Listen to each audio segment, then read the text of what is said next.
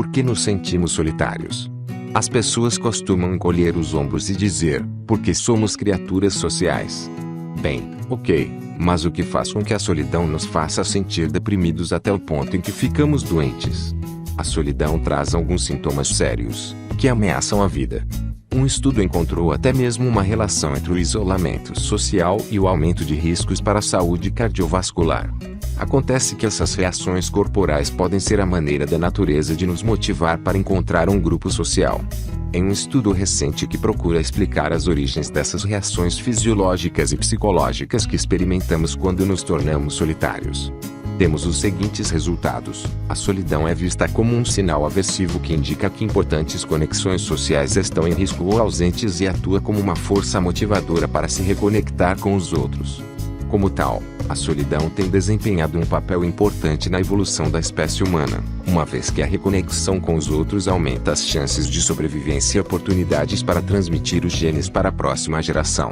Os pesquisadores apoiam suas descobertas com dados genéticos extraídos de vários estudos envolvendo gêmeos, parentes e crianças adotadas para ver se o traço era, de fato, uma parte de nossa constituição genética.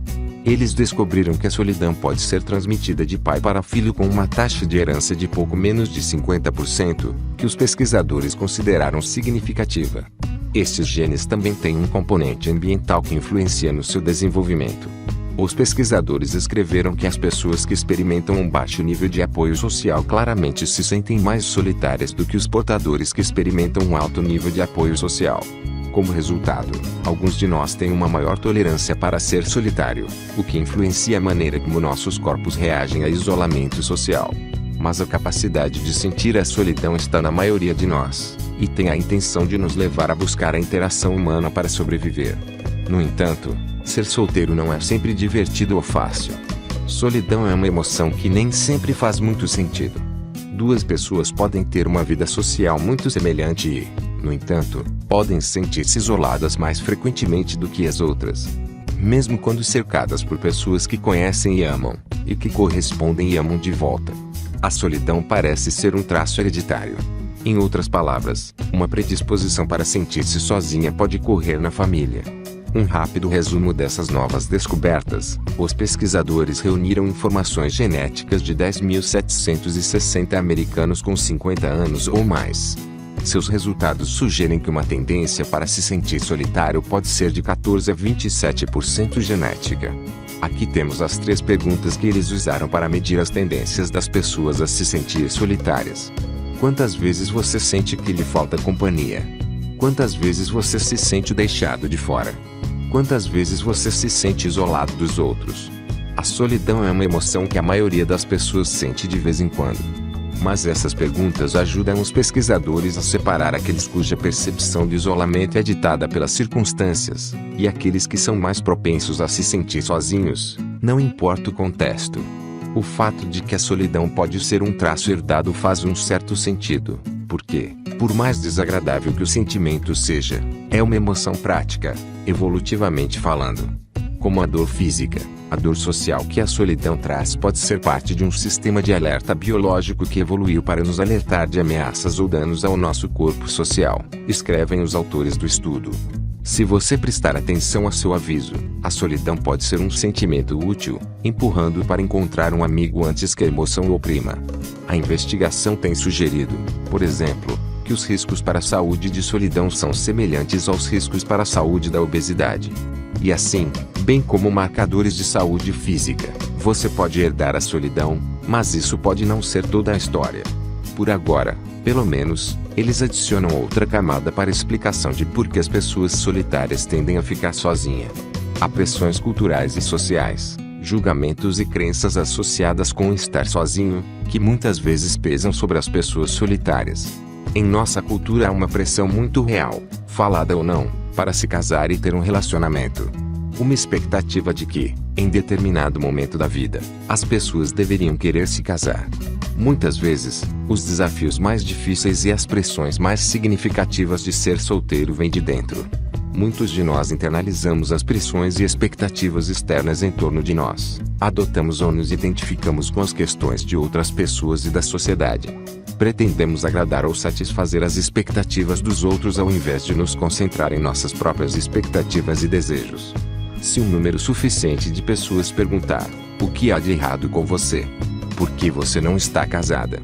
Quem sabe quantas crenças culturais familiares, religiosas ou geográficas são tatuadas em nossas vidas para nosso próprio prejuízo. Um dos perigos de internalizar as crenças e pressões dos outros é quando esses sentimentos começam a conduzir decisões de vida. Eu acho que isso acontece com mais frequência quando a pressão internalizada de se casar se mistura com a solidão ocasional e o medo que vem junto com ser solteira. Naturalmente, nem toda pessoa solteira é solitária. Há pessoas casadas que são solitárias, apesar de ter a companhia de seus parceiros. Mesmo que nós muitas vezes equiparamos estar sozinho com ser solitário, os dois não são os mesmos. Não significa que você está se sentindo triste ou desolada. Assim, podemos estar sozinhos e não solitários, ou podemos estar sozinhos e solitários. Mas, ser solteira e solitária pode criar problemas. Quando você é solteira e não só, é mais fácil ignorar as pressões externas em torno de se casar e desfrutar de ser solteira. Mas, quando você está solteira e solitária, é muito mais difícil deixar de lado a pressão para ser o que os outros esperam. É mais fácil aceitar que há algo errado com você ou se sentir desesperada porque você não é casada ou não está em nenhum relacionamento. Se não tomarmos nenhuma ação para resolver nossos sentimentos de solidão e permanecermos nesse espaço de cabeça por muito tempo, esses sentimentos podem começar a conduzir nossas decisões. Sentir solidão ou medo de vez em quando como uma pessoa solteira é normal. Na verdade, é normal para todos. Problemas surgem quando tomamos decisões que são projetadas para fornecer alívio de questões temporárias, como a solidão, mas, em última instância, tem consequências negativas a longo prazo ou permanentes. O desejo de gratificação instantânea, especialmente nas relações, raramente produz os melhores resultados. Eu conheço um caso de uma conhecida minha que conversou comigo há algum tempo, que aos 30 anos, ela saiu de um relacionamento que não estava indo a lugar nenhum. Um dos comentários mais comuns que ela recebia de amigos depois dessa separação foi que ela foi corajosa em terminar o relacionamento. Porque a maioria das mulheres na sua idade teria ficado no relacionamento, só para não ficar sozinha. Ela estava surpresa, pois ela não poderia imaginar ficar em um relacionamento doentio apenas para evitar a solidão real ou percebida de ser solteira. Ela estava solitária e triste nessa relação e para ela, o resultado de continuar esse relacionamento não teria lhe ajudado a evitar a solidão. E como resultado ela teria acabado solitária e casada. Eu apoio relacionamentos, mas apenas um que é bom, saudável e estável. Não só permanecer em relacionamentos ruins para evitar a solidão, e iniciar relacionamentos como uma solução para nossa solidão. Envolver-se com pessoas por causa da solidão não é bom. Eu também assisti mais de uma pessoa se casar porque eles pensavam que estavam ficando sem tempo para ter filhos ou se casar. Eles tinham medo da solidão. E tem gente que tolera comportamento inaceitável de amigos, familiares e parceiros para diminuir a solidão. Fiz um acordo comigo há muito tempo atrás, para evitar pessoas egoístas, mesmo que isso significasse para mim ficar sem companhia. Como alguém que não pode falar de nada além de si mesma, uma refeição sozinho é muito melhor. Ninguém consegue alcançar a felicidade a longo prazo envolvendo-se em relacionamentos insalubres e infelizes de qualquer tipo.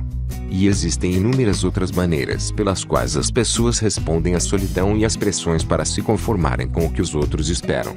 Estas são apenas algumas das coisas que tenho testemunhado e feito. Como evitamos tomar decisões erradas então?